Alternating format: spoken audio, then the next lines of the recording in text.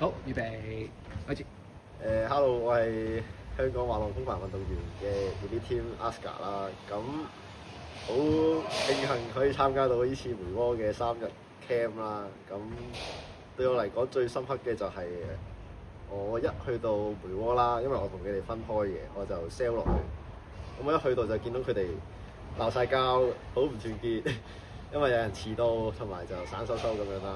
咁但係就經過依2日或者3日啦，咁就去到琴日野外定向咧，就見到佢哋任何時候都一齊走咗4個鐘咁樣，去咗又上山又落山又跑步咁樣。咁就呢個就係我幾深刻嘅位，就係佢哋越嚟越團結啦，同埋就一齊煮嘢食啦，咁都係我幾 impress 或者我幾深刻嘅位嚟嘅。咁因為我係一個 leader 啦，咁我都學到好多嘢嘅，因為好少做 leader 啦，因為通常教練做㗎嘛呢啲，咁所以就都體會到教練嘅同運動員溝通嘅問題啦，同埋都知道溝通係好重要嘅。咁 as a leader 咁就要同每一位組員溝通得好啦，同埋同教練或者聽清楚嘅指示都係好重要。咁所以就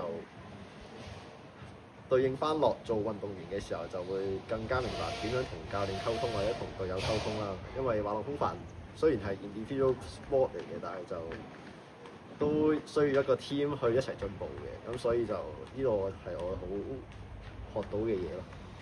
多謝。Thank you，唔該晒，good 啦，即係。